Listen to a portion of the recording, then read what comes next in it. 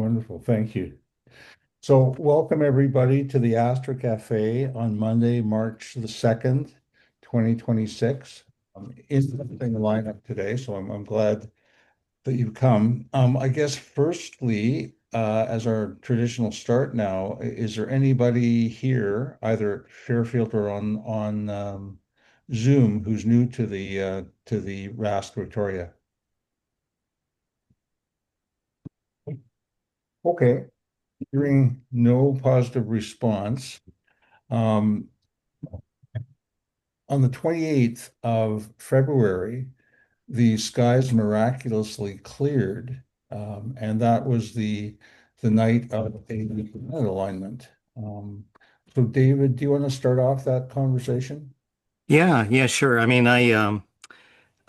was barely aware of it, and then I thought about it, and then a couple of days before the 28th, I actually went up to the hill and had a look, and I was able to actually see Venus and Mercury. Now, I was just at Cattle Point the other night, and I am so glad we picked that because you could barely see the horizon line at Cattle Point, at least from the parking lot side, right? So it turned out to be kind of an optimal place to go. Now, I'd like to hear, what other people saw around the city, but I'll just basically recap Feb 28th. So we gathered, and I think, correct me if I'm wrong, Reg, but this must be one of the larger gatherings that we've had up at the VCO. I think I counted 14 people, including Reg and myself, and I think Brock and Dan were up at the 16. So we had a lot of presence on the hill. So that was kind of cool, and I kept a scorecard actually as to what we were able to do, and Wyman has some pictures as well. So I figured we would start around 6:15, and we more or less did. And a lot of us had cameras on the sky, and Venus was sighted and imaged by 6:30, according to my record. Venus was not hard. We could see it was well above in the horizon line, but above, some kind of reddish clouds. Um, we felt we had not seen Mercury, but our cameras had seen Mercury's because Steve and myself, we actually have frames, and there's not that many frames. It's quite interesting. On either side of the frame that I caught, we couldn't see it. So it was kind of very ephemeral, but it's definitely there. And I didn't realize how small it would be, but with my lens, the Mercury occupied 2 by 2 pixels. That's how small it was. So if you were just looking on your screen, you would never see it, right? So, anyways, I had it up on Photoshop on my monitor, and I could see it. And then I got a picture of Saturn.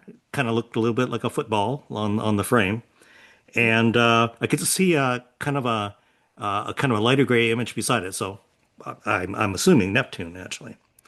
And I want Reg to kind of comment on what happened after that because some things were going on in the VCO proper, like right in the shed. Reg, can you tell us about what you showed people? Well, we had the Takahashi refractor in visual mode, and scores of people came in, and they enjoyed views of Saturn and Uranus and Jupiter. And the real highlight of the evening was in Jupiter.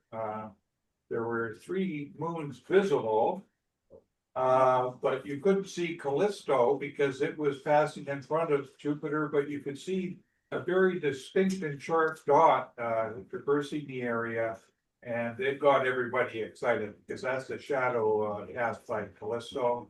And some people with imagination even convinced themselves they saw the great red spot. So Oh, it definitely was there. it was a terrific night. We had a lot of fun up there. Yeah, I was yeah, I for have sure. I have photographic proof that the Yeah, GRS was there. yeah. Yeah. Brock will back us up. Yeah. Wonderful. Can any of you folks show some pictures from it? I'll let Brock do that. I don't have mine handy. Do you have it, Brock? Do you have it, I please? do, yeah. Excellent. Yeah. Brock, I noticed you posted one also. Are you going to be able to show the shot you took? Sorry, Well, me? I, Wyman, I noticed that Oh, you had Wyman. posted. I've got them on the email. I'm just going to bring it up now. Okay. But let Brock go first. Yeah, let Brock go. Let Brock show his. I think he's getting it ready. Yeah, yeah. and Brock, how close to the horizon can you go with the 16-inch? It seems that it's Pretty not, it's darn. not too low in the dome. You can go pretty low with the 16. Okay. Just let me share this. Yeah, I'm good after Brock does his thing. So that's with the 16-inch, Oh, lovely. and you can see the great red spot on the right-hand side there. And then the shadow. I can't make out Callisto. I think it might be, there's a little smudge towards the left here, which might be. It's often, sometimes the planet itself gets kind of mushed into the body unless you have a really, really good seeing, but Yeah. But- It wasn't bad that night, But Yeah. the other night, the best seeing I've ever seen from Cattle Point, but I can talk about that another time. last night was much better seeing. I actually took another picture. Can I get Oh, it? that was last night. Well, This was anyways, taken, amazing seeing last night. this was last night, this one here. Yeah. This is much better seeing. It's all about the seeing. I did this one at home too, but the planetary photography is 97% seeing and 3% of, well, just getting out there. But Brock, what are the dots that are on there? they're the little red dots. I don't know. They're they're like the great red spot, except they're much smaller. Little red spots. Little red spots. Like There's storms, you mean? 3 of them, I guess. Talking about the two at the Well, blow it up a little Yeah. bit, Brock. Just Sure. magnify it. It doesn't look Yeah. as good Oh, when yeah, it's you're put right. on They're that like full. little whirls, eh? Yeah. Mhm. Ah, Interesting. nice. Well, I'm at it. Does anyone also have some other pictures on this? So Brock, collection? the one that was taken with a 16-inch at VCO, you were there physically? Can you take pictures remotely or you were No. there? You have to be there. It's not set up Okay. that well. You need to, it's really meant as a visual scope, and then you can glom some stuff on the back. Do you have more photos from that night, Brock? No, I don't actually. Does Yeah. anybody have photos of the alignment? Yeah, I've got them up now, so let me share. Perfect, thanks.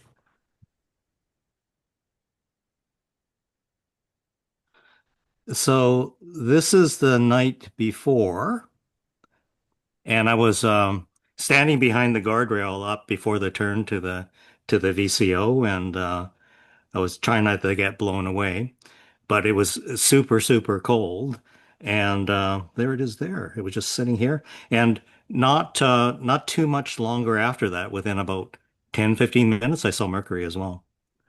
Now, there's a slew of messages here. See if we can find the images. So these are all the people that came up.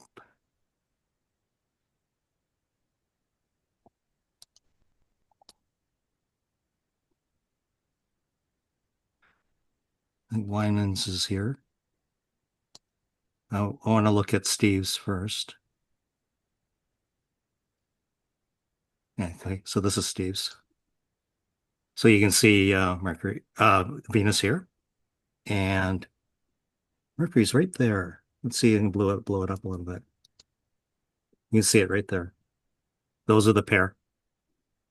So this is Steve Martin's, Okay, and then let's scroll down, and then I echoed that, and I said to Steve, "Look, this is what we got, and this is my image." And I circled it just so you Hello, wouldn't miss everybody. it. The room we lost power to the computer. We're rebooting now. Oh, okay. Do you want me to continue or wait for you? Oh, go ahead. We don't want to. Okay. So this is my view, probably about the same time as Steve, but I marked them just so you couldn't miss them. And like I said, it's very, very small. Like I think it's like in my frame with 120 millimeter of focal length, the Mercury was occupying a 2 by 2 a set of pixels, right? So it's there, and then of course that's Venus. Push the black thing in better. Did you get any of the others, Randy? We're good now. David. Yeah, so I'm going to show you Wyman's now. So he showed Venus, and he didn't get Mercury on the side, but he caught Saturn and Venus. And I think that might be all from that night. There's some reports from Lori. And Bill asked me about my night out at Cattle Point, but I can do that at a different time. Yeah, that's all I got. Now, I'd like to hear reports from other people. Vince, you were out at Cattle Point, and Yeah. Brian, you were out at Mount Tommy. It's just here's to talk loud. Okay. Yeah, I was out at Cattle Point. I was set up with I used to do a thing called sidewalk astronomy when I was living in West Vancouver. Yeah. I used to go out to Ambleside all the time. And I figured it was time to dust that off again. So I set up my sidewalk astronomy one more time and had probably about 20, 30 people come by. Wow. For a view. We were set up not optically, but camera, which makes it accessible. I like to use the cameras because it's hard for people like who are mobility impaired to get up to the eyepiece to see it. So having it on a camera live gives it equal opportunity for everybody. Plus, more people that's can great. see it. Where did you set up at Cattle Point? I'm curious. I was right on the shoreline. Oh, I figured so, because we were at Yeah. our usual spot on the back at the parking lot, right? Yeah. And it's all covered by trees, right? Yeah, yeah. I wanted to be a little bit more visible and have a bit better view of the sky. So we did briefly see Venus. I did not see Recording in Mercury. progress. Sorry. Are we okay? Yeah. We'll carry on. Do you guys still hear us from there? Yeah. I think, them, you mean? Yeah, You mean okay. Fairfield? I meant Fairfield, yeah. I think did they disappear? Uh, Yeah, sounds like they are. looks like they disappeared. I see one host. We're here. Oh, okay. There you are. Are you still recording? Are you still recording, Randy? It's Joe who's recording. So yeah. I don't. Are we The recording, recording's Joe? still going ahead. Go, Oh, good. go for Good. it. Go for it. Yeah. So yeah, so we did see Venus very briefly before it dipped. And we did see Uranus. I could not quite get Neptune. It was just a little bit too much in the mud. And of course, Jupiter was a real hit. And then we went and we did look at the moon. A lot of people are interested in that. But we also got the Orion Nebula, believe it or not. Oh, cool. And the Andromeda Nebula. So people were quite blown away by those. Those were kind of later on at night. So you're doing like a little EAA stuff or electronically assisted astronomy? Yes. Yeah. So with the camera, what do you project onto? I just showed on my laptop. Okay, got it. So for the planets, I'll do like a planetary stack, and then I'll do a deep sky stack for the deep sky stuff. It works pretty good, and I've got a decent sized monitor. You can get 3 or 4 people standing around oohing and awing, and they seem to be more impressed with the fact that my hyper tuned EQ3 Pro does, it moves, and they're like, oh, that's so cool. So they're as impressed with the robotics as they are the optics. It's part of it. That's good. Yeah. Yeah, that's a winning formula, eh? As long as it moves. As long as it moves, the kids love it. Kids absolutely were going berserk over it whenever it moved. So yeah. Cool. So thank you guys. Let me move on. I had a look at the RASC newsletter this morning, and was delighted to see that our erstwhile past president was featured. So I'm going to just pull this up, so bear with me for a sec. Oh, I think we may have skipped Brian. Brian was gonna say Oh. something about Mount Ptolemy. Brian, I apologize. You go for it if you've got Well, I something. don't have much to report. I just set up the telescope at Mount Ptolemy at sunset and then it was like bees to honey. All these people showed up, wanted to know what was going on. They heard something like a planetary alignment, so was able to point out Venus, Jupiter, of course, Saturn. Got the bug in a couple kids, and I think their parents are going to go off buy telescopes now. Excellent. And Cool. that was a lot of fun. Spent a couple hours up there just showing people as they came and went. How was the seeing, the visibility? It was like, as you say, it wasn't so great on that night. I think last night was better. Oh, last night was amazing. Yeah. Yeah, but it was still, we got all the features, I could still later in the evening, you could show, pick up Andromeda, the Pleiades, Hyades cluster, Orion Nebula. So people were quite happy to see what was going on up there. Well, excuse me, you were on Mount Tommy? Yeah, no, someone else had a big telescope. That was me. Okay, I'm wondering. I noticed it as I drove away. So you probably got a big crowd there too, eh? Yes, I did. Yeah. So I saw Venus. I showed Venus through the telescope. Someone showed me where Saturn was. I showed Saturn, and then I saw Jupiter and the moon. Yeah, no, it was. And on Jupiter, there were two moons, and a third one. Yeah. Popped out and disappeared behind the planet. Yeah, that's right. That's right. The other thing, we couldn't see Mercury, like despite I couldn't see Mercury because that maybe was I was not looking in the right direction. Because I think it was tough. The right place, but it's a crescent. It was a crescent, right? Because it's coming in front of us. So I think there was just very little reflection off the sun that we could pick up. That's So what time were you two guys up there on Tommy? well, right at I was sunset. after 6. I was up there, and then I set up, and I think we all started around the same time. Okay. And how It late? was too cold. Okay. It was windy. How late were you there? Oh, I probably stayed till 8. So where were you located? I was right where that crosswalk is, in the middle, looking west. I didn't saw you at all. No, I know you were on the south side. So, but I didn't notice you until I left because your scope was hidden behind the vehicle. Yeah, that was my vehicle, Yeah, the Mazda. yeah. No, it's fun. That's a good outreach location because there's always people driving up to see the sunset or the stars. Yeah. But Thursday, I believe I saw Mercury on Thursday. Yeah, I did too, Alex. And from the Venus hill. from Mount Tommy. And it was very windy. So I stayed in the car and used binoculars and looked through my windshield. Yeah.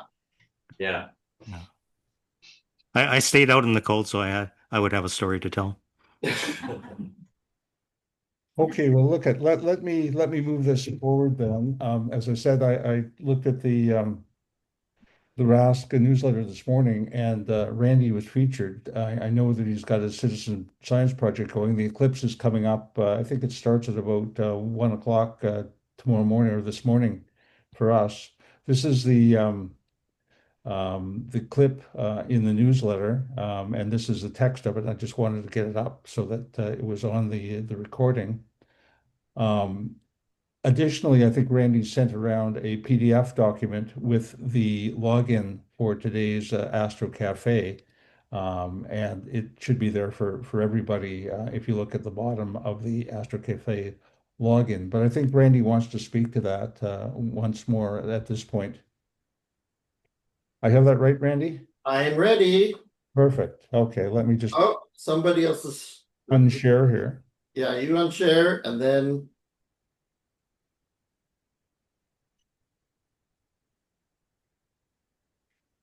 you're still sharing there, Jeff. Yeah, indeed. I'm not finding the unshare button at the bottom. And you should be at the top, I think, Jeff. It's usually the bottom on mine. Oh, for you. Okay. There we go. That should be, oh, that's my other project. Well. Isn't We'll that- get there. Yeah, well.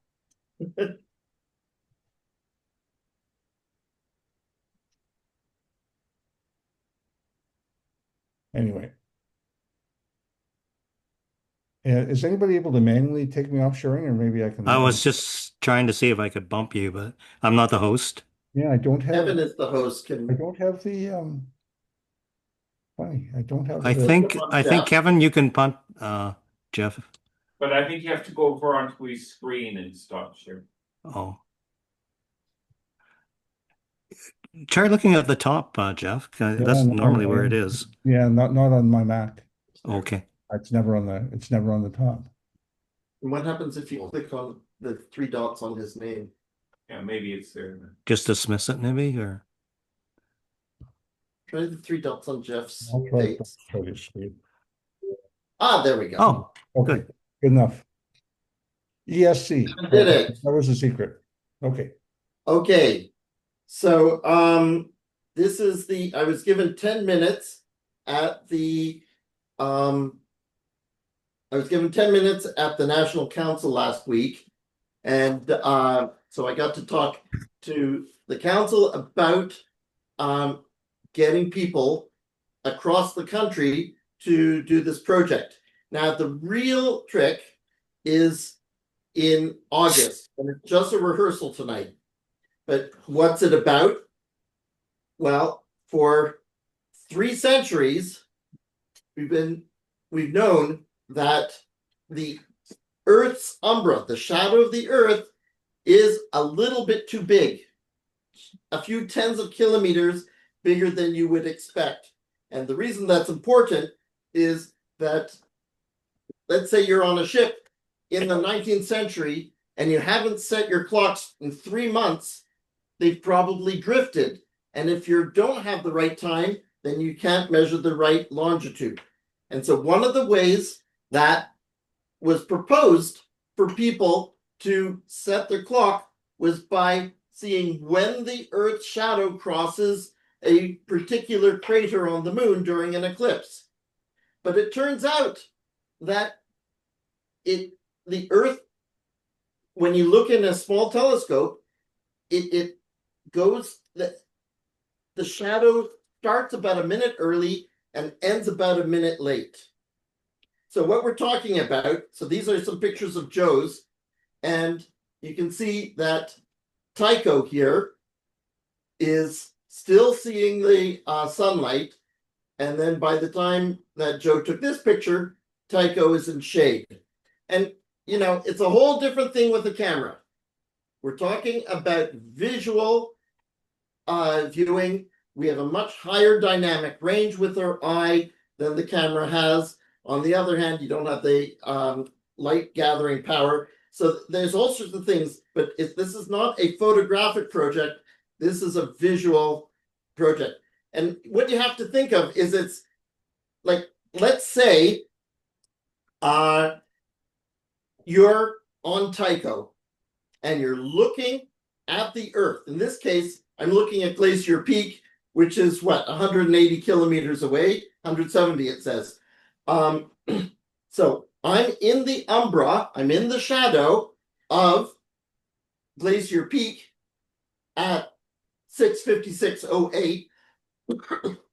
And by 12 seconds later, then the sun is peeking out. And at some point, I feel that my world is bright, like it's in sunshine. It takes a bit of time, but there is a point. It gets a bit weirder when, instead of having a nice sharp mountain, we're talking about the Earth with its atmosphere. But you can calculate it, and the nice people at Sky and Telescope, especially the editor Roger Sinnott, every eclipse they put out this sort of handy guide to what is the expected time that the Earth shadow goes over the features, you know, Grimaldi, Aristarchus, Kepler. So that's called ingress. And then when the it's in shadow and it becomes illuminated. That's called egress. And these are the times. I find this table is not very user friendly. It is much easier for me, at least, to have it printed out. And for the people here, I have copies both for a Newtonian and for refractor. So upside down or left, right reflected, but it gives some of the features that are quite recognizable on the surface of the moon and the times, the expected time of ingress and egress. And then what you do is you put on a timer. So I'm going to play my timer here. Let's see if I can find it. And I'm going to put this right up to the speaker. This is called ticking clock. 30 minutes. Can you hear that? Okay, but we heard the awareness of 3 minutes. 10 seconds. Yeah, just the vocal announcement. Okay, so it's going tick every second. And with that, you just have it going on in the background. And I did this with Kevin right beside me here. This was in front of my house. When was it? Oh, there it is. So it was last year. Yeah, it was exactly the eclipse last year. We had clouds, but then it opened up and we made, I don't know, about half a dozen measurements. And then it clouded over and then it really started raining. So we're very glad that we pulled the telescopes in. It was like the egress was crazy. But here are the results that we got. It was nice working in a pair. You can do it alone, but there's no reason, there's no extra points for doing it alone. And so having the two of us was quite handy.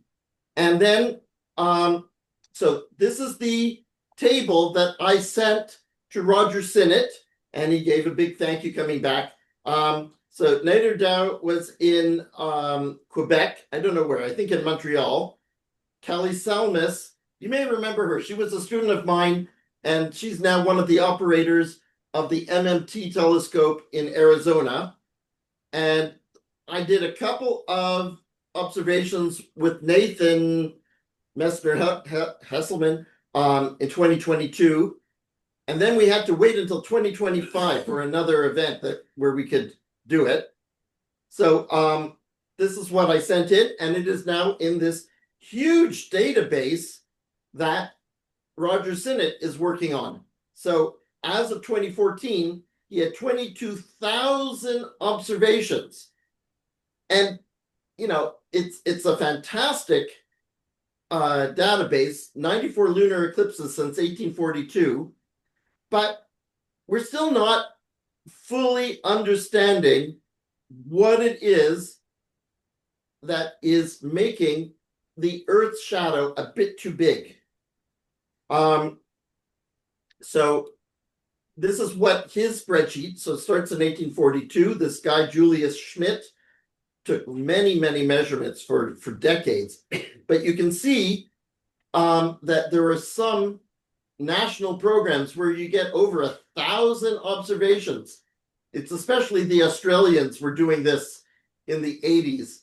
But I'm hoping that in Canada, in August, so we should have clear skies, and it's a nice evening eclipse right across Canada.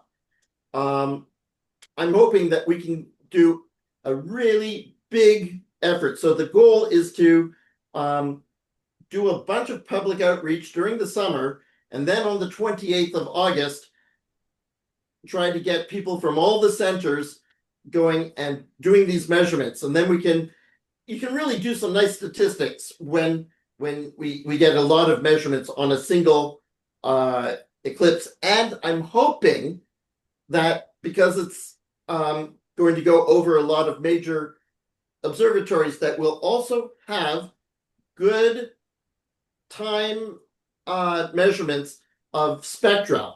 Why this is important is there's this whole thing with the Webb telescope of looking at the atmospheres of exoplanets by looking at the light going through their atmospheres.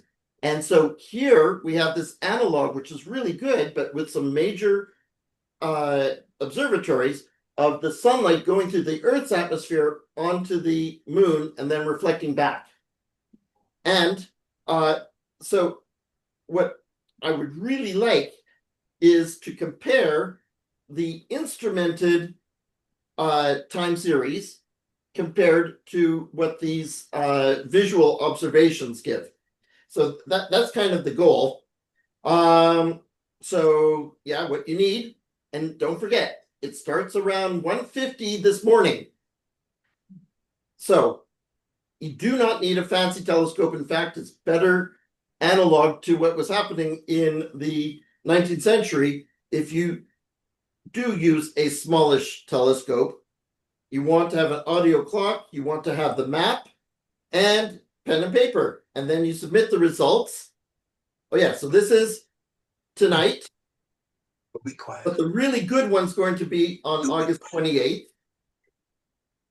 And it says partial, but it is so close to total, there's no difference. Okay, like it's funny when you take a look at lists of Please. I will. atmospheric events over the year. Oliver, can you turn off your can you mute? There we go. When you look at events of the year, they often don't give us the August 28th eclipse because it's partial, and that's not very good, right? But in fact, it's going to be perfect. Okay, let's keep going. So Kirsten Vanstone and I have set up this Google form, which should make it easy to enter the data. And one of the things in Roger Sinnott's database, they give these different, he calls them events, but you don't just have the edge of the shadow crossing the middle of a feature. It could be what's called the first contact or the third contact, but most of the time what people will measure is what's called event 2, which is the midpoint of the feature. For ingress, and for egress, it will be event 7, which is when the shadow leaves it. And again, this is a fake. The Earth shadow is not a straight line, it's a fuzzy line. So what they say is in the middle of the transition. And that, you know, it's about a 10-second, 20-second even uncertainty. Okay, I'm not going to go through this. This is Roger Sinnott's article, and it just gets repeated every eclipse. The same story. Yeah. Anyway, what do we have tonight? Well, those weather gods have given us the spectacular last few days. But wouldn't you know it, the clouds are coming in. And so, you know, it's clear. It's been clear for like 4 or 5 days. And just when we need it, it's going to clear up on Wednesday. But just when we need it, between 2 and 5, it's going to be cloudy. Now, fortunately, Rich tells us never to believe this diagram. You know, I could add insight to that when you're finished. Rick. Okay, well, good. But I want to say that this was at 6 o'clock. Those are those clouds that are threatening to come in. This was looking the other way. It looks so beautiful. How dare the clouds come in? Anyway, I'm going to be up at the center of the universe. I was talking with Ben. They sold, I don't know, 50 tickets very quickly. And so they opened it up again for another 20. So they're expecting 70 people, except people who are going to look at the weather report and say, I'm not going up. But we should have a good time up there. And I'll be up there with my little telescope and a table and a light and my pieces of paper. and my clock going tick, tick, tick, and I'm going to make these measurements. If I ever get to see the shadow of the Earth going across the moon. And with that, I am stopping. Give us insight, Reg. If it's okay, if I can share the screen. Yeah, go for it.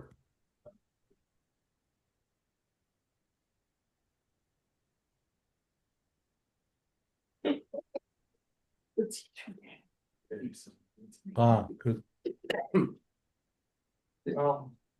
Reg, can you speak up a bit, please, or get the microphone closer to you, please? Oh, I can. That's beautiful. I'm in the cheap sheets back here.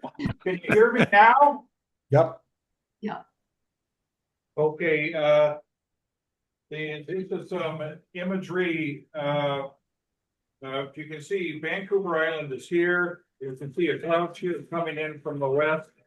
And it's got a ragged eastern edge to the cloud, and that'll be creeping towards us. This is a higher resolution picture of Vancouver Island here, Victoria here, and it looks pretty good, but there's some bits of high cloud there. Now, some of this high cloud might add a level of photographic pleasantness to the eclipse if it doesn't thicken up too much. But this is the Environment Canada forecast for astronomy clouds. And this is based on information that was collected at 10 a.m. this morning.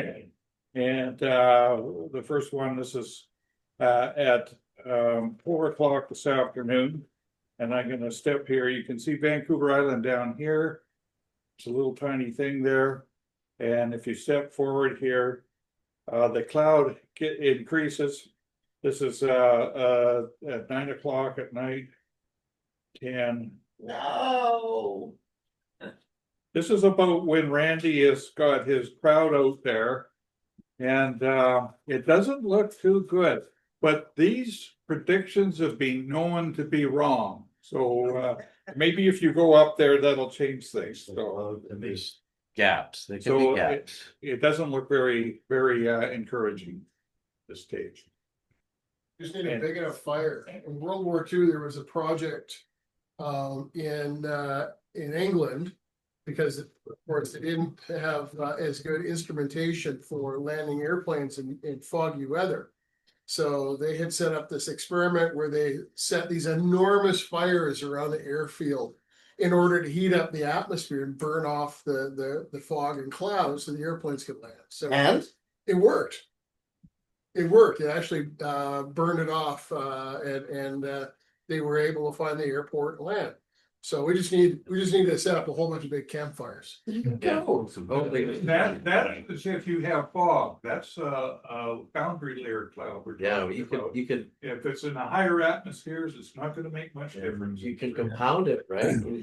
Another suggestion to have fires around VCO. But Randy, like, so the so what question, like, so the Earth's umbra appears bigger. Yes. So, like, why? Okay. Do they know why? Well, no. Okay, But so there are three main classes of hypotheses. The most popular one, as a matter of fact, some people say it's obvious that's that, but it can't be, is that it's the Earth's atmosphere. But we are looking at something like 80 kilometers, and there is nothing 80 kilometers above the Earth's surface. so it appears 80, so the shadow on the moon appears 80% or 80 Yeah. miles on both sides, or On both sides. It's Bigger it's than like what? there is this Hmm. obstruction which is 80 kilometers too big.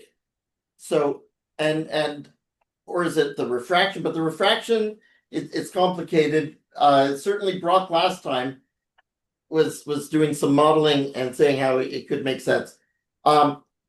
Number two is from this University of Ottawa professor, wrote this article about how it was an optical illusion. And I think it could be. The eye is such a non-linear machine, and where you actually see that transition is so much based on the context. And so you've got the very bright stuff and you've got the very dark stuff, and where the eye says is the midpoint is very weird. But another one which I think is big is the rim of the sun. Remember, think of that, the sun coming out from behind the mountain, just 170 kilometers away.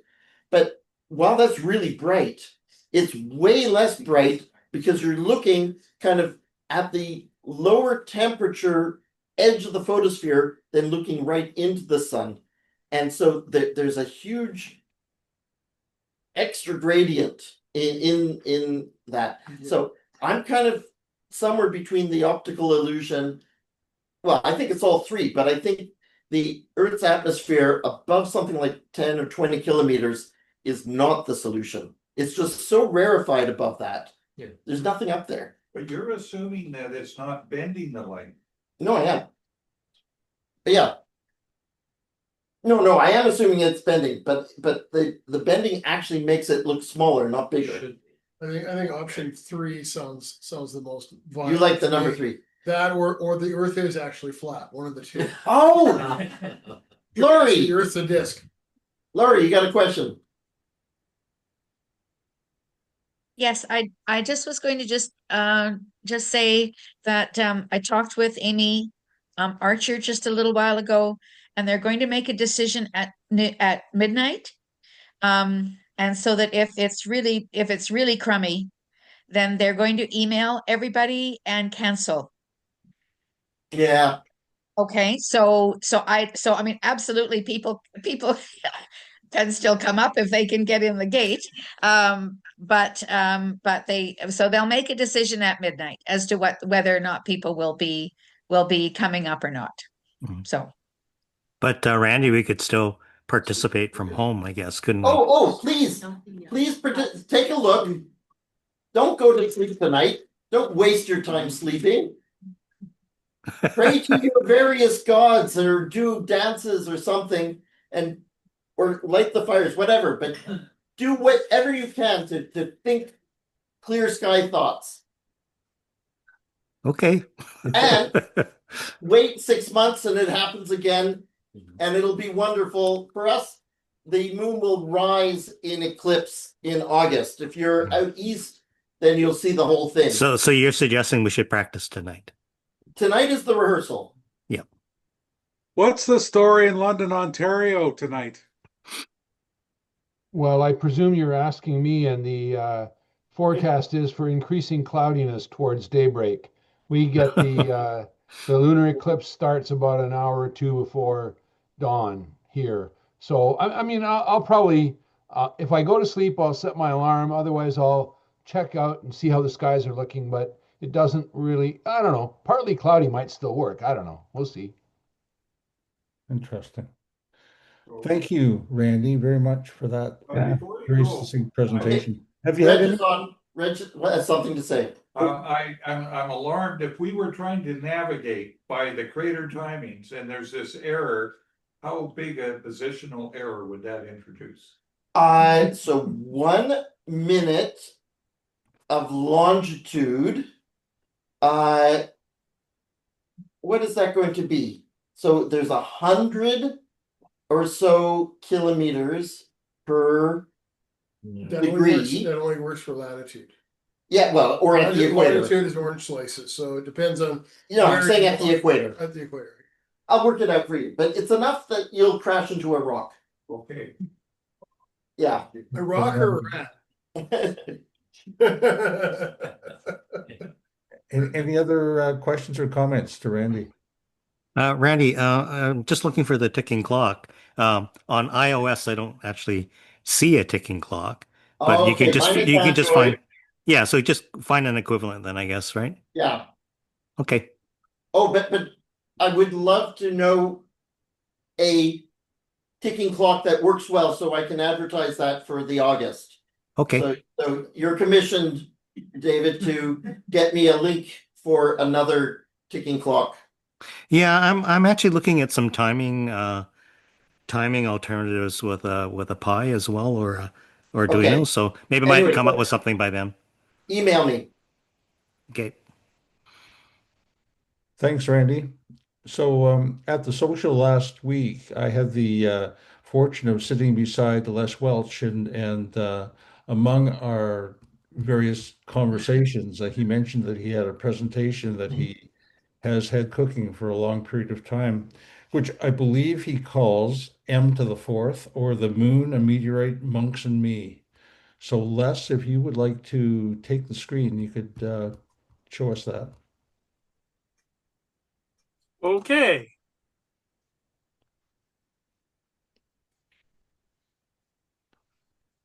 Is it visible now? Yep, it's good. Okay. Well, I call it the moon, a meteorite, monks, and me, or not M to the fourth. You're so mathematical, Jeff. I first gave this presentation actually at Astra Cafe about 11 years ago. So the aged long-timers among us will possibly remember it, but newbies like Randy Etkin won't have seen it. So, and it's all about the moon. And I'll just start here. So, of course, we're all familiar with the moon as we see it in the sky. And tonight, of course, at 5:25, when the moon rose in Victoria, it was 99.85% full, but that will increase overnight to 100%. Not that we will see it. Too bad. But we also have, most of us, or at least the older among us, have a different experience of the moon when we were young, and that's through the Apollo moon landings. It was a very exciting time to be a young person. And we remember, I think it was Buzz Aldrin who called it magnificent desolation, sort of an unchanging, a still, just a dead world, nothing much happening except for the Apollo astronauts landing. But as I was a budding astronomer, I became aware of something called transient lunar phenomenon. And I first encountered this in this wonderful volume of a lunar atlas that had great lunar imagery for its time in 1964, but it referred to transient lunar phenomenon. And I've taken a more recent summary here from Wikipedia about what transient lunar phenomena are, TLP. I'll say it in a short form.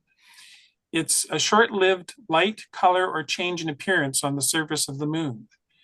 And it has been categorized in 5 types, mostly just based on visual appearance, with no cause, because of course people don't really know what might be causing these kinds of observed changes.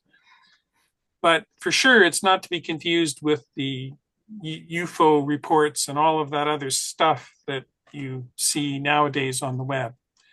But people have been looking at these kinds of changes for centuries, really. But it became a very active form of visual exploration in the 20th century. And one of the key areas where supposed changes have been observed is in the crater Alphonsus. And there's this was in the Alter Lunar Atlas book, a spectra taken, an emission spectra taken by Kozyrev in 1958. And he observed a marked brightening over the central peak of the crater Alphonsus. And his spectra showed carbon gaseous emission bands. Now, I defy anybody to look at this spectra and figure out what it means. I certainly couldn't, but he saw something, but what it was is really hard to understand because, of course, the central peak of Alphonsus is not a volcanic feature. And so what on earth could it be? Anyway, people seem to see things from time to time. So where is Alphonsus? Well, it's sort of near 1/3 of the way up from the lower portion of the moon, north of Tycho. And it's probably that series of craters, Ptolemais and Alphonsus and Arzachel, are, you probably have seen them before if you've looked at the moon very much at all. So apparently many amateurs in particular have spent many hours looking for transient lunar phenomenon in Alphonsus. And I spent maybe an hour or two looking, but I never saw anything that I could say was a change. Of course, if it occurs very, very rarely. But there are other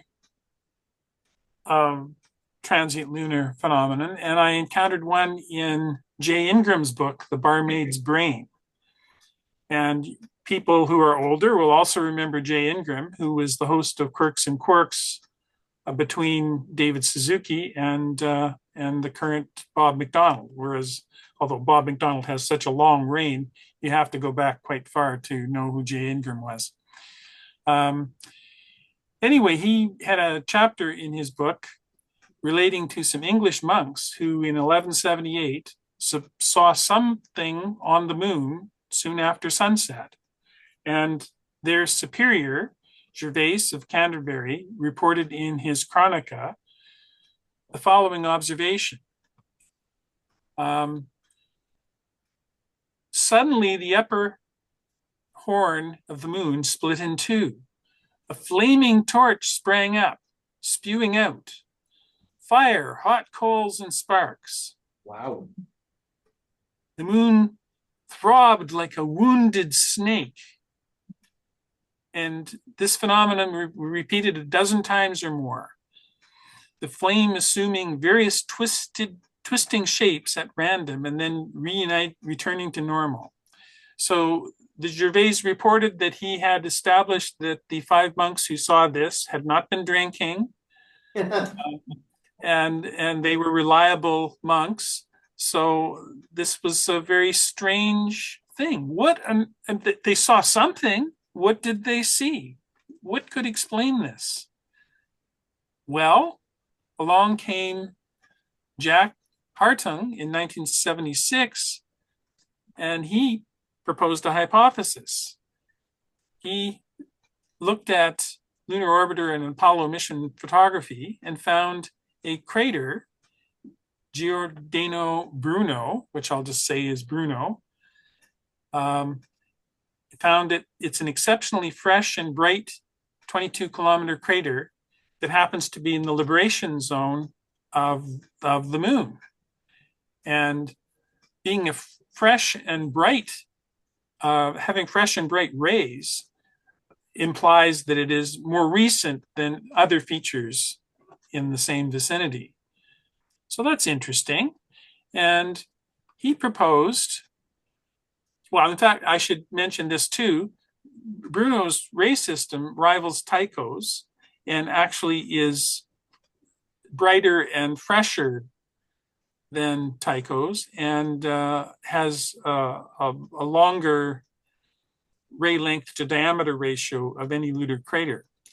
So Hartung estimated the chance that there might be an impact causing a 20-kilometer sized crater in recorded history as about 1 in 1,000. And that kind of is intriguing because, well, maybe that would explain what it is that these monks saw in 1178.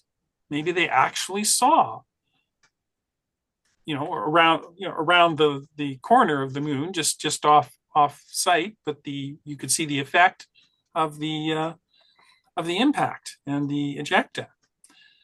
So he proposed that a future lunar landing should be dedicated to having a sample return from the ejecta from Bruno's impact. So that's a very interesting idea. So where is Giordano Bruno? Well, if you look at this depiction on the left here, that's the visible side of the moon on the mean size of it, and the right is the far side of the moon. And these little rectangles actually correspond to this lunar orbiter picture. So you can see we can see at discounting libration, we can see sort of this part of this rectangle, and this part of the rectangle where Bruno is well off onto the far side of the moon. But of course, we have libration. And I'll first take a diversion. Now, what would happen if you hit the moon with a big rock? Well, it's not a particularly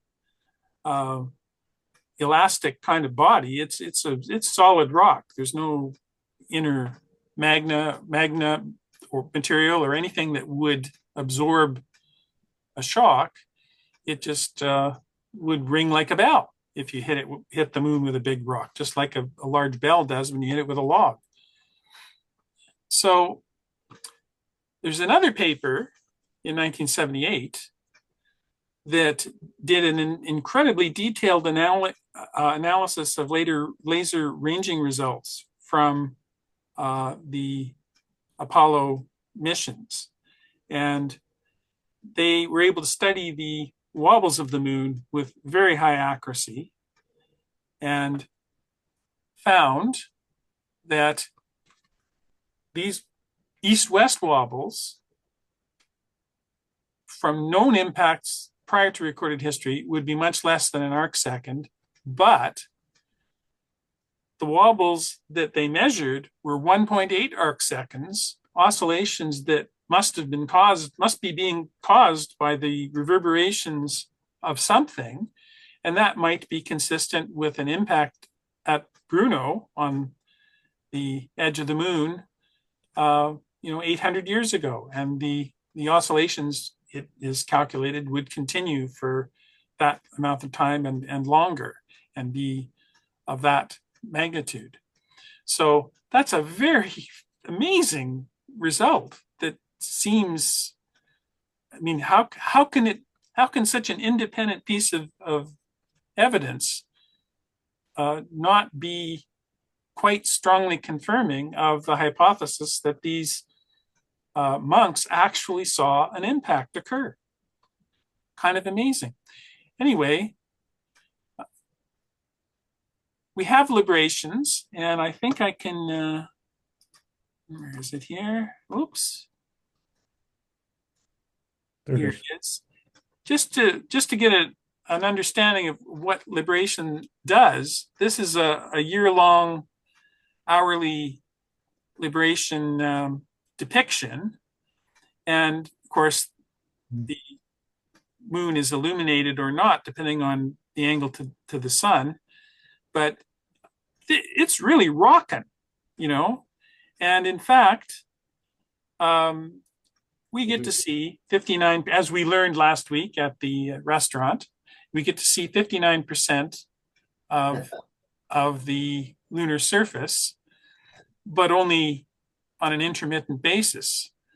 And so it had occurred to me 10 more years ago, maybe you could see Bruno because it's within the libration zone. Of course, the challenge is, or there are several challenges, but one of the challenges is you've got to get the libration at the point where it's most favorable to see Bruno. And that has to be at a time when that portion of the moon is illuminated. So that doesn't happen all that often to have those two things coincide. Probably once every few years is an optimal apparition of these two cycles. So, but nevertheless, it's an intriguing thing. And you can see, this is a depiction of the entire moon's surface. And the yellow lines are kind of the normal extent of what we see on the moon. The green line is the extent of the what you can see due to libration. And if you look over in the northeast here, that's Bruno, and it is just within the supposed visible zone at the extreme libration. So that is really, this is a challenge. Anybody up to the challenge?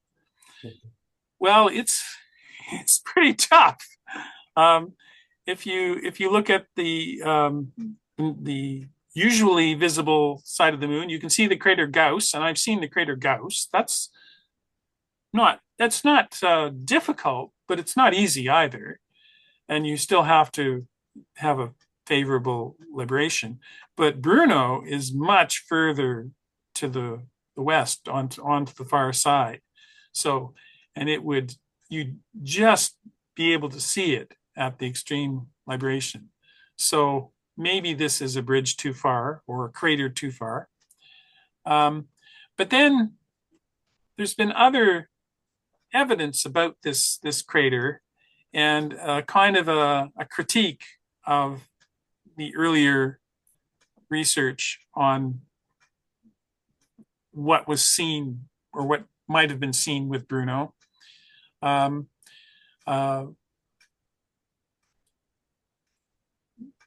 problem is that such a large impact would have sent a great deal of ejecta out into space from the moon. And it could be that there would be a long meteor storm that might be similar to the 1966 Leonids that would have occurred at that time in 1178. And actually, there was nothing of that kind reported by anybody. So that's a serious challenge to the impact hypothesis of what the monks saw. So what else could the monks have seen? Well,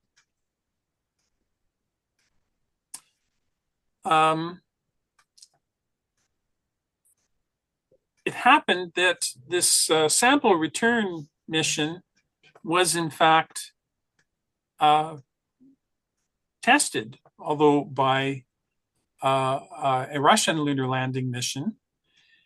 And it landed near a ray of Bruno, and it appears that the sample that was returned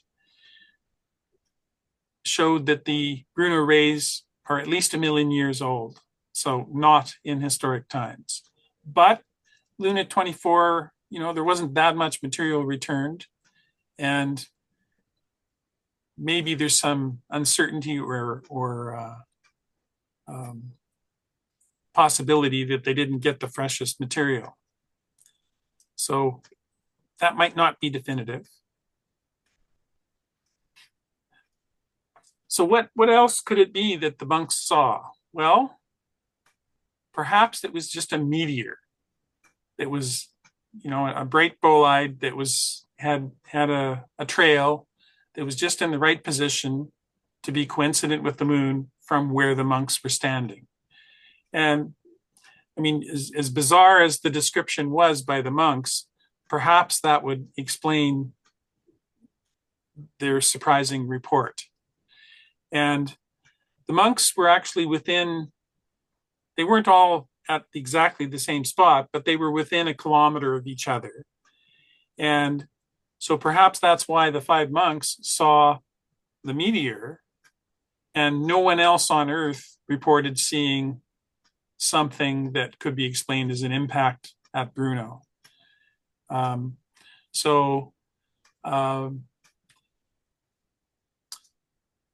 This actually sort of is a less exciting but more likely explanation about what the monks saw, I think.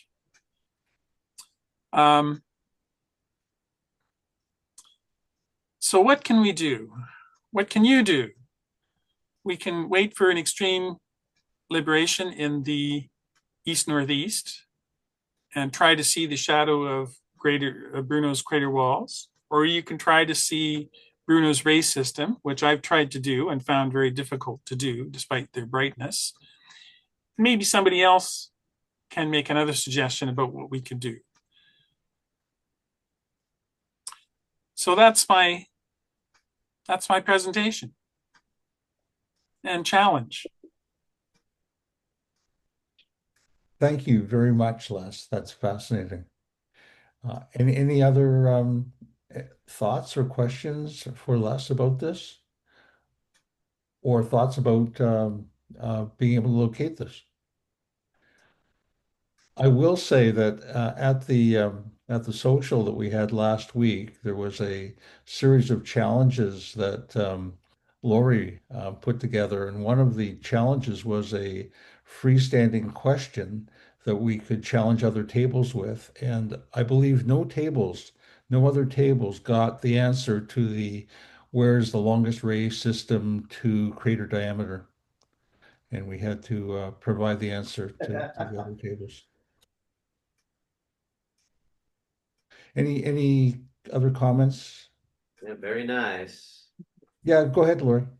Unless, has there been anything even more recently about this, or is this like just from something fairly like a little while ago, just kind of as you kind of used all those different reports and everything to build a case? Is there anything even more recent? There may be. I don't know about it because I didn't do further research beyond what I'd done a decade ago. So that I had originally intended to give this presentation again and just do some catch-up research in case there's something else exciting that's come along. But I didn't get a chance to do that because I was cornered into doing the talk, from a week ago. So maybe there's more to come, and I'll take a look and try and find what else has been concluded since. Hey, thank you. You do That's great. Reports, Lori. There at the last eclipse, there was a report of a bright flash during the eclipse. Yes. I didn't hear anything more about that. Did you? Well, Yeah, there are photographs. We've seen them numerous years, Randy. The first time I saw it, it was quite a few years ago, and they seem to attribute it to. Well, it's not. Oh, maybe I'm thinking of something different. I'm thinking of the bluish cast in the corner, which is from the ozone. So maybe what you're describing is just something different then. This is something a new crater, and the puff of dust catches the sun on the dark moon, and people have photographed these. Like there have been multiple photographs of these impacts that put up enough dust that they catch the light. People don't see them, but it's in their photographs. Does it have a name, or have they labeled it, or? I think they're transient lunar phenomena. Oh, TLPs. Okay. Well, they are that. Yeah. Yeah. But of course, small craters and small impacts would still produce a fair amount of dust. So that seems like a plausible explanation for a little pip of light that lasts for a few minutes. So obviously monks couldn't have seen anything that small. And in fact, as you say, the people didn't see it either. They found it in their photographs. So that's a very interesting, more recent development. Michael, did you have a question or comment? No, I had an observation the other night when we were looking for planets. We had a transient Venusian event, which came and went depending on whether there was a wisp of cloud in front of it or not. So if you put the new moon in front of a transient Venusian effect, you might reproduce something that Les is describing. Interesting. Well, I think the calculations have been done to show that Venus wasn't being occulted by the moon when the monks did their observation. So that's not an explanation of what the monks saw. But of course, people see a lot of funny things when Venus is out. That's a favorite UFO object, isn't it? Interesting. Well, thank you very much. I'm going to just proceed then with what I wanted to talk about today.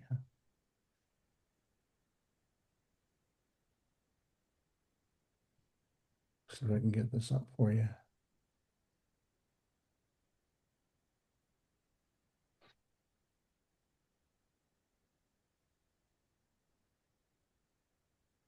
You see that okay?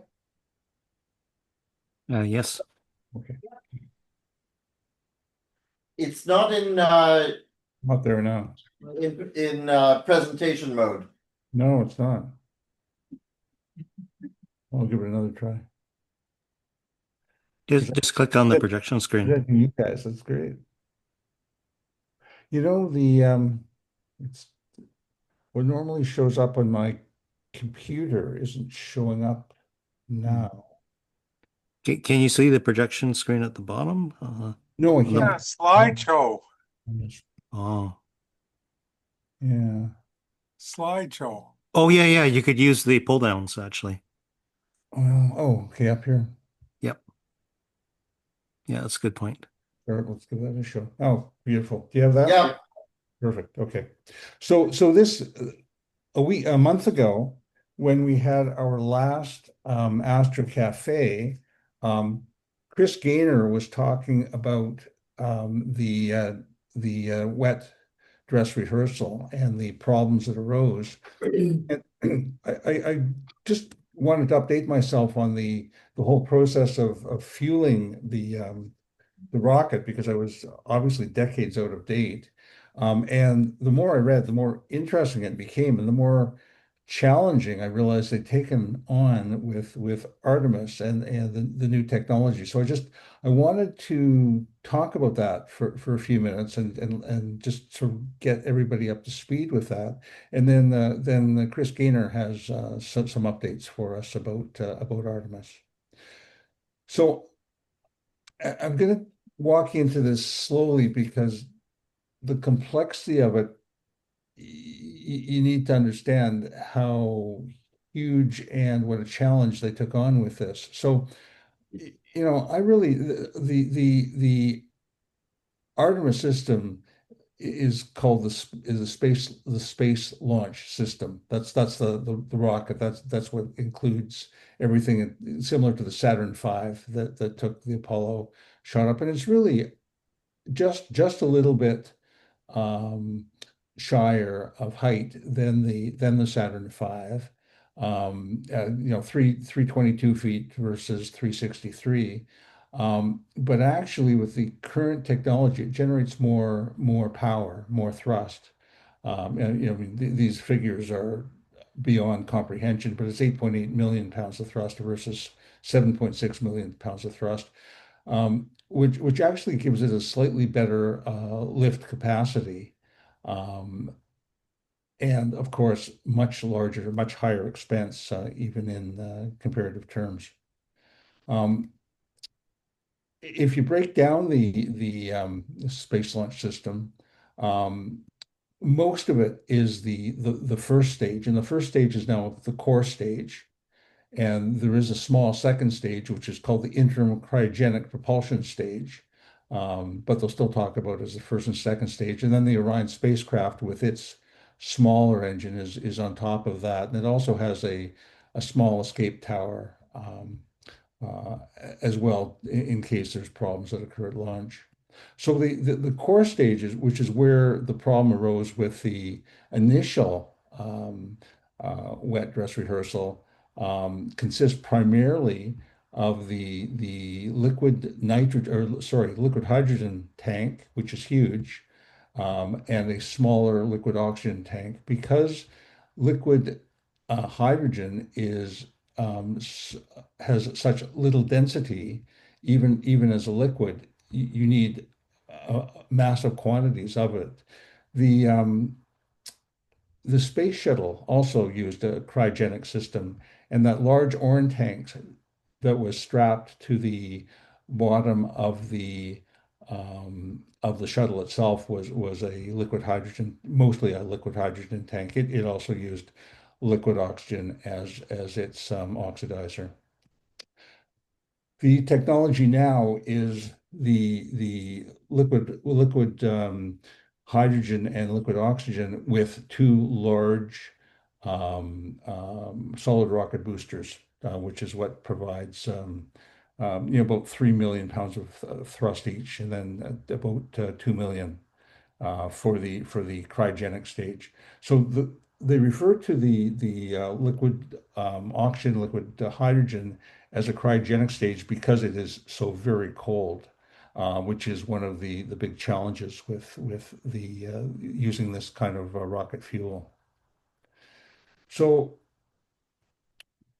the wet dress rehearsal that we witnessed on the 2nd of February, which was number one, and then we'll come to number two, which occurred later in February. The wet dress rehearsal is to test a whole bunch of systems, and they run through the whole launch procedure. For our purposes and for our understanding, it's to check both the fueling and draining of the fuel or detanking functions that have to function and are considered to be mission critical. So if there's a problem with them, then things go back to the drawing board to kind of figure it out. And a lot of the problems that arise have to do with the nature of the cryogenic system itself and just the handling of this very, very cold fuel. So, 700,000 gallons of both liquid oxygen and liquid hydrogen, about 550,000 of those are the hydrogen, and the 150,000 is oxygen. You'll see that the amounts are a little bit different than that, but that's about the right ratio.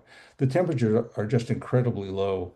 The boiling point of liquid hydrogen is minus 253 degrees centigrade. Liquid oxygen, which we've seen in a lot of launches, is very warm at minus 183. But if you look at minus 253, absolute zero is minus 273. So it's incredibly cold and has to be kept very cold.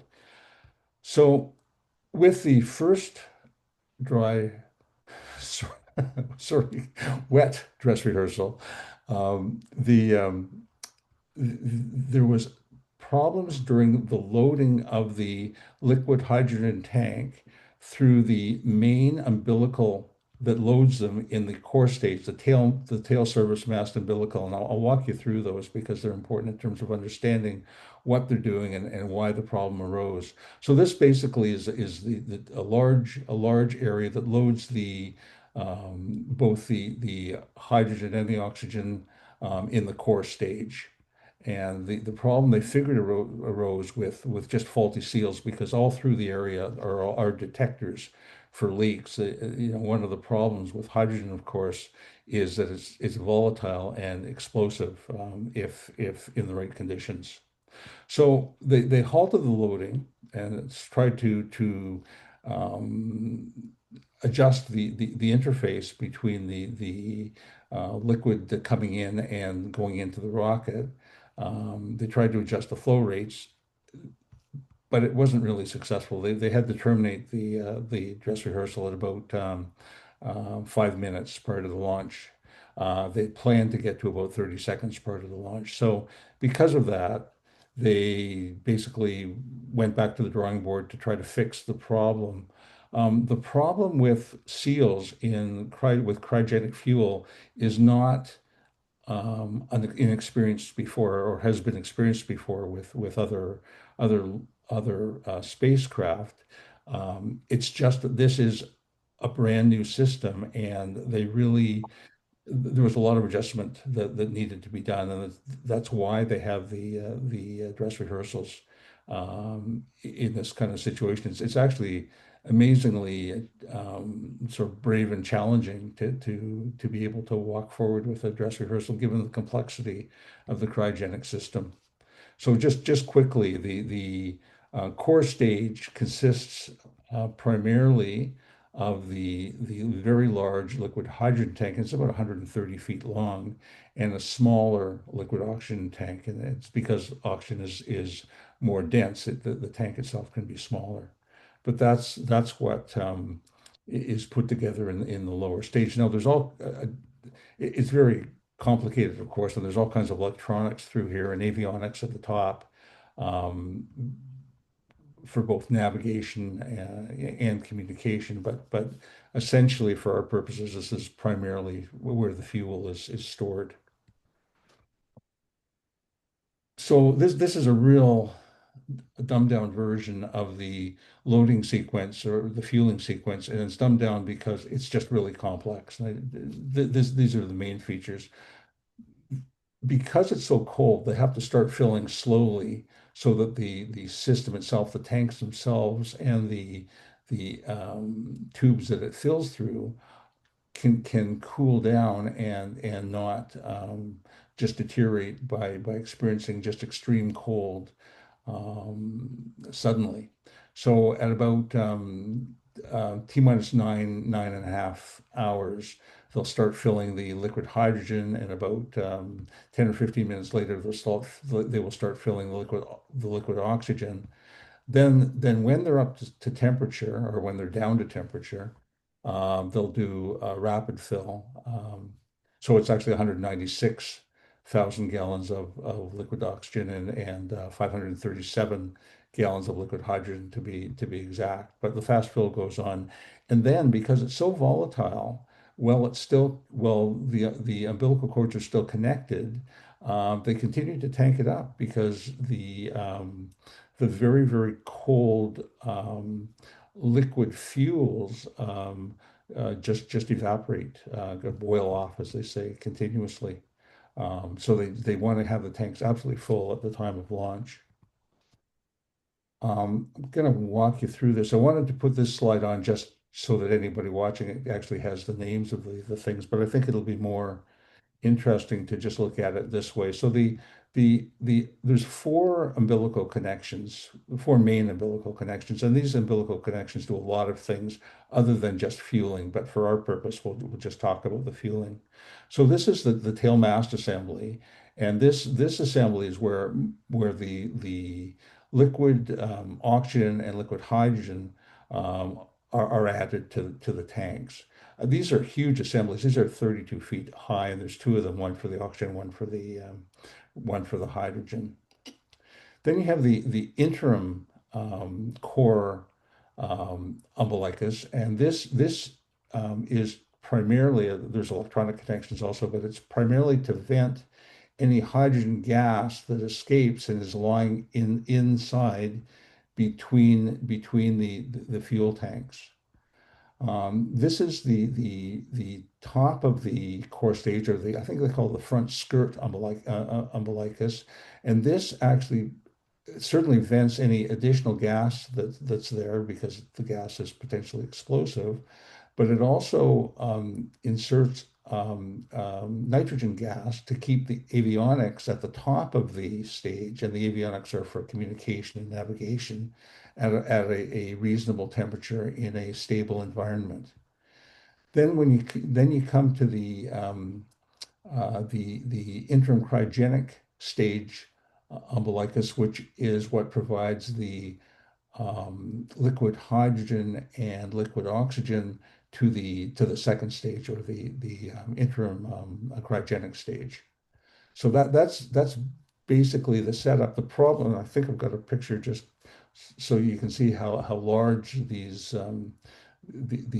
tail mast assemblies are, but it's about an 8-inch seal here to or 8-inch tube to get the liquid fuel into the tank, and that's where the problem arose in the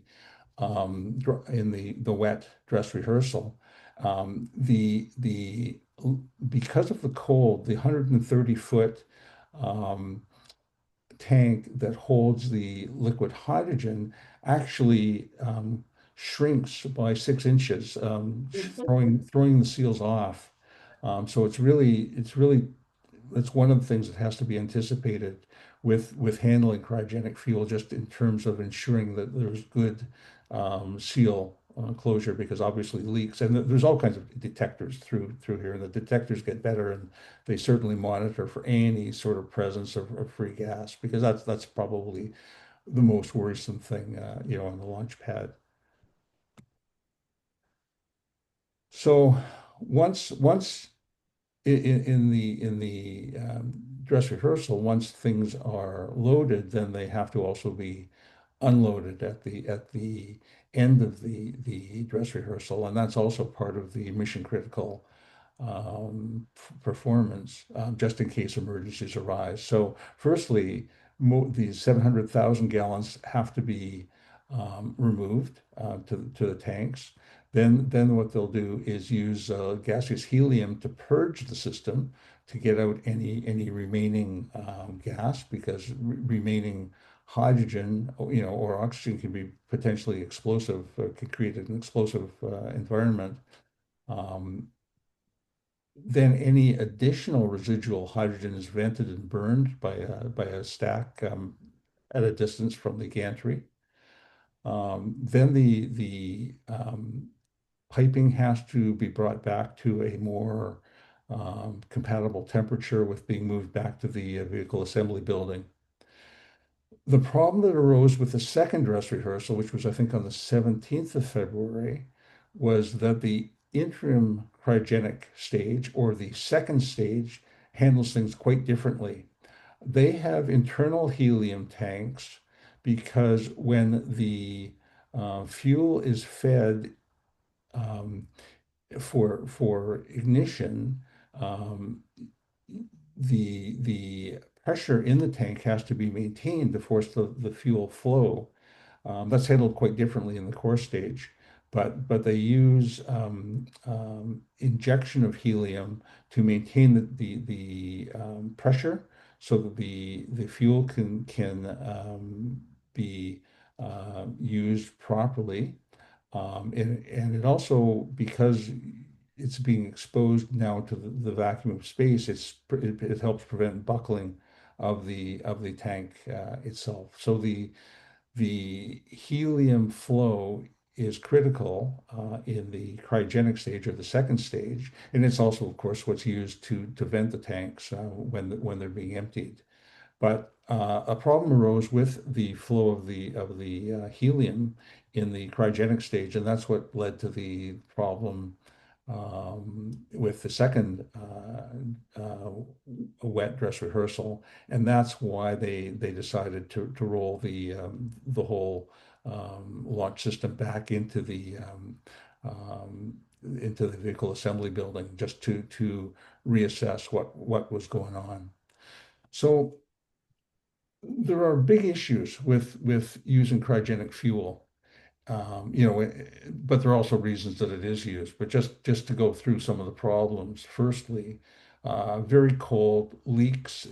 Hydrogen itself is, of course, a very small molecule. It's prone to leak. It can leak at seams. The seals have to be really secure. It's incredibly cold. It's close to absolute zero. So this can make many components brittle. There can be shrinkage. There can be failure of seals. And this is, of course, one of the reasons that they want to start loading it so slowly, so that the environment can be brought down to temperature. As I said, hydrogen itself is small, prone to leaks, and volatile, so it has to be handled very carefully. There can be failures at the umbilical interfaces, as there was in the first wet dress rehearsal. It's an 8-inch quick connector from the tail mast assembly. One of the things I didn't mention is one of the issues with using cryogenic fuel is that the engines themselves have to be cooled to the proper temperature before introducing the liquid fuel into them. And this has also been a secondary problem that arose with the dress rehearsals. And as I said, also the hydrogen tank itself can shrink when the fuel, or does shrink when the fuel is loaded.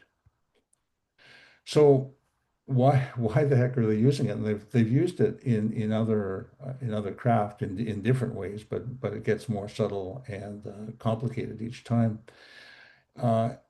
It provides the best combination with the solid rocket booster for the absolute thrust that's been provided. The combination of hydrogen and oxygen is the most complete, provides the most complete combustion efficiency, which is especially important after liftoff, after you're in space and you're away from the majority of Earth's gravity. The combustion efficiency just means it's completely burned. The chemical reaction is almost 100%, so that all the fuel is used. The hydrogen is not, it has a low density. It's a very small molecule. So even though more of it is needed, or the tank is larger, it still provides less weight at liftoff. Burns very cleanly when environmental pollution is a consideration, as it is. The waste product is almost completely water vapor. The other thing is, as you'll come to see if I get to the second part of this talk about rocket fuel, is it's very reliable in terms of restarting in the vacuum of space. And restart reliability is certainly one of the key mission critical features. So first wet dress rehearsal was we won't call it a failure, but it wasn't a complete success because there were so many systems that they were able to check and check properly. Was because of a leak in the tailmaster service assembly. The leak occurred during cryogenic loading. They had to stop the rehearsal at T minus 5 minutes and 15 seconds instead of stopping at the planned T minus 30 seconds. And because of that, they had to work on the seals and work on the integrity of the tailmast assembly. They thought they had it put together, and indeed it was successful in the second wet dress rehearsal, February the 19th. Problem there, they got through the loading part. They got to T minus 29 seconds. But then when they tried to offload, the helium flow was a problem in the second stage of the interim cryogenic propulsion stage.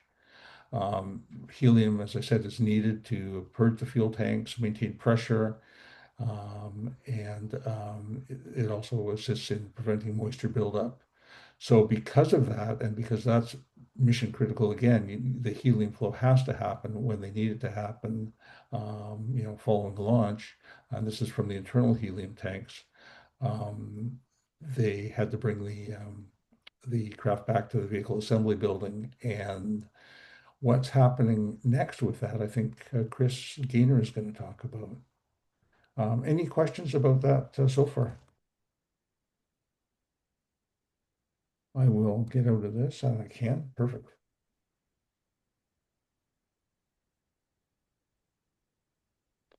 Chris, it's over to you. It sounds like, oh, wait a sec. There's David. Go ahead, David. Don't hear I'm you. just giving you some applause.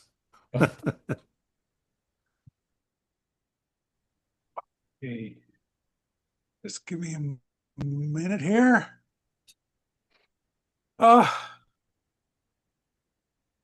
Okay.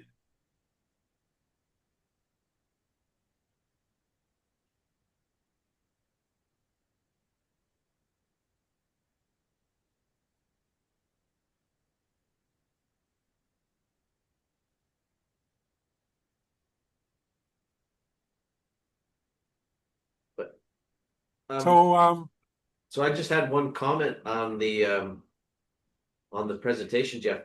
I'd heard from Bob McDonald at one of those sessions at the VCO that the rocket boosters they were using are actually recycled from the space shuttle program. Oh, interesting. So they've just changed the fuel that's going in, perhaps, but those are the original booster rockets for the space shuttles. Interesting. Parts of them. Parts of them. The shuttle side-mounted boosters had 4 sections, and the SLS had 5 sections, so they've been elongated as well. They've been added to. Yeah. Okay. Yeah. The the four engines at the bottom of the main central stage of the SLS are recycled shuttle engines. And but the solid rocket motors are new because there's some differences between them and what was on the shuttle. And actually, they only have a limited number of the recycled shuttle engines available.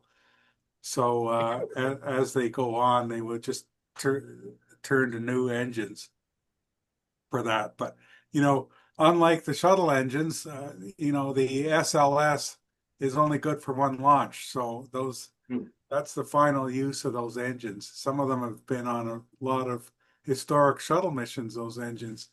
So, and well, actually, I think I'll just kind of jump into the big announcement that happened this week on Friday. The Artemis program is being redesigned. Now, one thing that isn't being redesigned is Artemis 2. So I'm not going to be talking about Artemis 2. Hopefully the next launch window will open up on April 1st, and during that launch window, they'll get it off, we hope.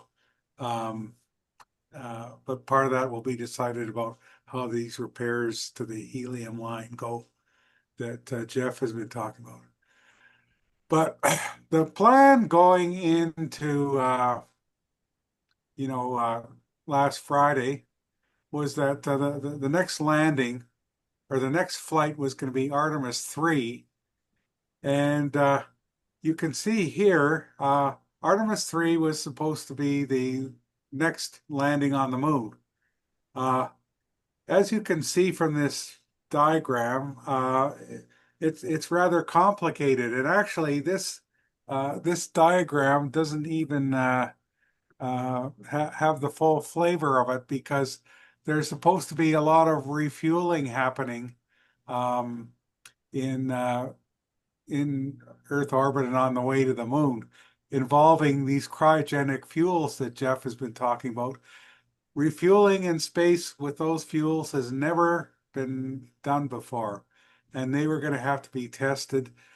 So anyway, the Artemis 3 flight wasn't supposed to happen on this. It wasn't on the schedule for another 3 years almost, late 2028 or early or sometime in 2029. And I think I've talked about that a little bit. So we have a new administrator at NASA. And so far, I think he's been doing a pretty good job. And I think the general consensus is that he's doing a pretty good job. Jared Isaacman. So he has been he just took office in December, and he's been looking at it, and there's been rumors about changes. So anyway, this plan for Artemis 3 is no longer the case. And just to remind you some of the things going on in Artemis 3, we're supposed to be a landing at the south pole of the moon, which is not an easy place to land. The Apollo flights generally landed close to the moon's equator, which is a lot easier than this. And you can see in this slide, there's a map of some of the areas they were looking at for the landing in Artemis 3. You can also see what the plan was for the landing to look like. This is sort of a vehicle, the human landing system, which was a derivative of the Starship that's being tested by SpaceX. But SpaceX has really fallen behind on this thing, and there's been a lot of questions about whether this is really the nominal spacecraft you want to have to attempt this landing. Like, what happens if it tips over? We've had these little unmanned things tip over. Lots of questions of it coming up. and last fall, the interim administrator of NASA, backed up by the current one, by the way, said, "Well, we should be perhaps looking at landers, a lander proposed by Blue Origin, which is Jeff Bezos's firm." But this is a little slide, not a NASA slide, but there's been a lot of discussion the last few days, and I just grabbed this slide. So there's going to be, let's say Artemis 2 works out, and we all pray it does. And then, we sit there for 3 years, and then the next flight is supposed to do all this stuff. There's a couple of things in here about uncrewed flights, which I'm not sure why they're in the slide, but those that have to happen before Artemis 3. But look at all this stuff that would happen for the first time on Artemis 3. And a lot of people were just saying, this is way, way, way, way, way too much, particularly after people have been sitting on the ground for 3 years, at least in terms of Artemis. This is, I just threw I had this in my deck a couple of weeks ago, but this is some of the stuff they were going to have to do in terms of testing fuel transfers to a Starship lander. And this is a vehicle that Blue Origin has been proposing. You can see it's a bit more modest, a bit closer in scale to the old Apollo lunar module.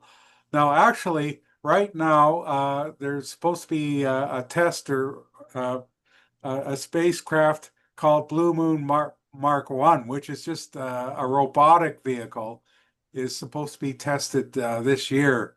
And there's some chatter about maybe flying a Mark 1 with some human capability rather than waiting for Mark 2. But anyway, the official plan of Blue Origin is if they get the call to land on the moon, their Mark 2 would be the HLS rather than the Starship we just saw a couple of slides ago. So this is all very complicated. So on Friday we had a press conference down at the Cape. Jared Isaacman is at the left in the little picture at the left there, and he put up this slide with this is what Artemis is going to look like in the next couple of years. So we have Artemis 2, which hopefully will go this year and be successful.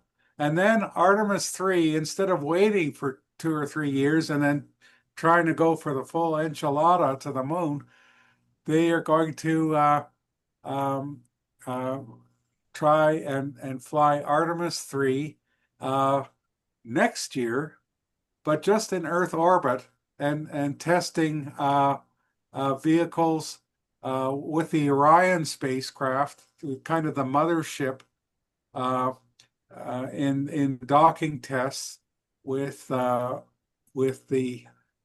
human, the lunar landing system, sort of like an Apollo 9 type mission, and perhaps in 2028 in Artemis 4, kind of an Apollo 10 type mission where you test everything short of the landing. And then in 2028, then you go to a couple more landing attempts. So this is kind of a step back, but it's still extremely ambitious.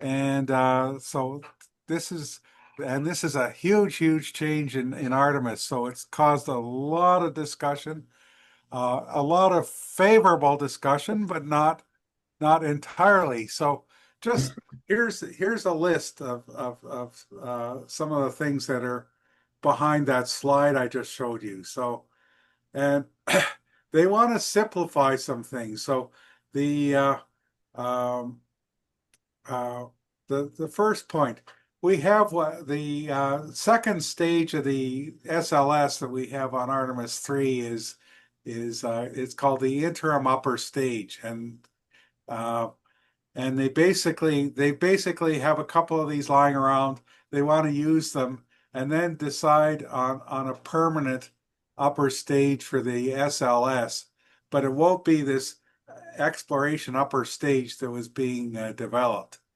And going to the, as you see in the third point, a standardized stage.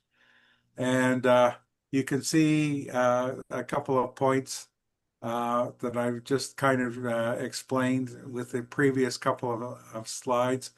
And then fairly regular Artemis missions. And then, as I said, there's now really competition going on between SpaceX and Blue Origin to decide who's going to have the honor of landing the next American and perhaps European and Japanese and maybe even one day Canadian on the moon. And this Isaacman showed this slide, which shows some of the logic behind it. He says, if the Artemis 1 was like 3 years ago now, 2022, it's getting towards 4. So Artemis 2 is, this year, 2026, and then they're talking about 3 or 4 years down the line. And it's sort of like the term he was using was muscle memory. If there's 3 years between launches, you're just begging for errors and problems to creep in, like what we've had with the rocket for Artemis 2. And he put up this slide, and look at this. In the Mercury program, there were, and Gemini, they were launching flights every 2 or 3 months. So you're getting the astronauts, the crews, the technicians get lots of practice. And even in the time of Apollo, when the first human flight started with Apollo 7 up to Apollo 11, that was still quite a frenetic pace, and they did space them out a little bit after the first landing, and then the shuttle. You can see they went fairly regularly, although it's actually a bit more choppy than that, because there were kind of long pauses, after the Challenger and Columbia accidents. So anyway, these are some of the changes that are being contemplated, and you see they had all these different models of the SLS, and they're trying to kind of move away from all these different variants, and at least for the first few launches, sticking to the vehicle that we have at the left of this slide. Now, a lot of there's a lot of questions of detail that were not included in that announcement, and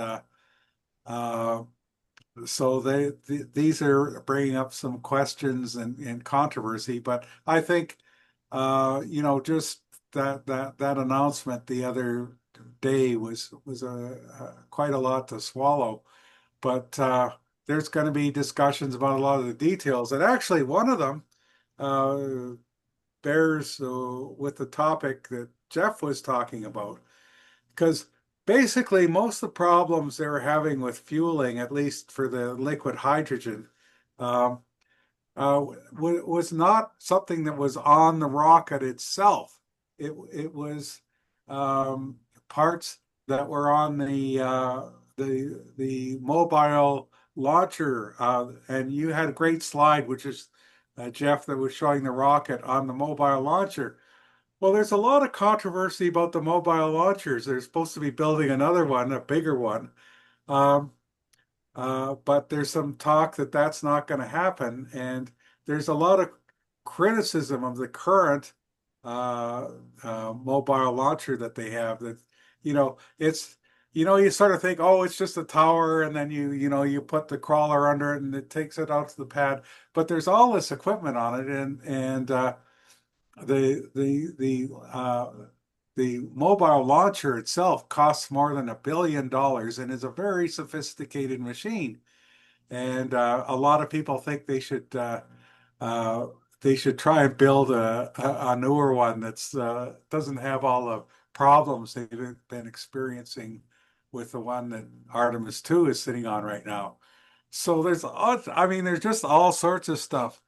And another thing is there's no word on the fate of the Lunar Gateway, which is, it's supposed to be flying in, like in the old plan, probably Artemis 4 or 5. And with this plan now, God knows when it's going to fly. And I'm not even sure if it will fly because, there've been a lot of people who are saying, this is nice to have this way station between the Earth and the Moon, but it complicates things. And that the fate of the Lunar Gateway is of more than academic interest to us Canadians, because you'll notice in the upper center there that you and I are helping to pay for it. Because we are supplying NASA with Canadarm3 and a robotic servicing mission or system, and that's actually a reason why Jeff Hansen is on Artemis 2, because that's a bit of a payback for us being part of Artemis with this component and the Lunar Gateway. So of course. Barring some shocking surprise or, illness or something, Jeff is going to get his flight. But what's going to happen to us after? I don't know. So that's basically what that's basically what I have to say about the events of Friday. And sorry for my phone going off. Well, that's fantastic. That's great updating. I appreciate that. Questions? Les, did you have a question for him? Yes. Chris, so the announcement was for essentially there would be more Artemis missions. Presumably that would increase the cost. So this announcement is not an announcement of a funded program. NASA has to sell this to Congress, I would gather. That's right. That's right. But this is why we're talking about stuff like them not building that special upper stage that they were planning to. I think the rumor is that they want to use an upper stage that's already been developed. It's one called the Centaur 5, which is being built by the United Launch Alliance for the Vulcan rocket, which is a fairly new rocket. And not building that extra launch tower that a lot of people think we really need. And this is why I wonder whether things like the Gateway will be sacrificed. And then there's a whole question of how long the Space Launch System will be in use. It could, if say Musk gets his act together with a Starship, it could be that the Starship kind of replaces everything, or at least the SLS in time. There's still a lot of questions, but a lot of these questions were still around a week ago. So basically what we're talking about I think really what we are talking about is America's path back to the lunar surface over the next 4 or 5 years. And after that, who knows what's going to happen, you know. In theory, there will be a new president, a new administration, you know, and who knows where they'll be coming from, and who knows the economic situation of the states and how much private efforts, such as, you know, Musk's vision to go to Mars and things like that, you know, where they're at. There's just, you know, I would be asking a lot of my crystal ball to try and predict that. Mhm. To complicate things, China was looking at trying to be on the moon by 2030. I mean, to complicate things for the States. That's right. That's right. You know, and I mean, last week, a lot of people, including me, were saying the next voice from the surface of the moon was going to be speaking Mandarin, and there's still a very good chance that will be the case. And yeah, the funding for this, it's been very it's just the politics behind this and the funding in Congress. You know, if I got into that, I'd still be going at the time we hope to see the eclipse. It's very complicated, and it gets into stuff, you know, like you know, the budget for NASA a year ago was talking about defunding all this stuff, and then a lot of the funding, including for things like the Lunar Gateway, was restored in the, you know, the so-called Big Beautiful Bill. You know, so it goes on and on and on. And we have, not only what you know, say President Trump does, or Administrator Isaacman, but you know, a lot of powerful senators and Congress people have stakes in there, because, you know, say the senators from Texas, you can bet they're pushing for Artemis and all this stuff. Chris, You know. Chris, Yeah. I'm afraid we here in the room are going to have to That's leave. right. I understand. So anyway, Can I just ask, are there any critical announcements before next week? Yeah, I just want to let people know that the beginner SIG is actually tomorrow night. So just a reminder. Perfect. Thank you. Lori, is there anything critical you need to say? Not there. Oh, there you are. You're muted, Lori, but I see you shaking your head. Listen, thank you so much for everybody for attending. That was really interesting time. Thank you for the presentation, Les. Thank you for the photos that were shown. David, thank you for your chipping in about the Parade of Planets. And Randy, of course, for the moon update. Yeah, and Jeff for the added fuel. Bye. Thank you all very much. Thanks very much. Yep.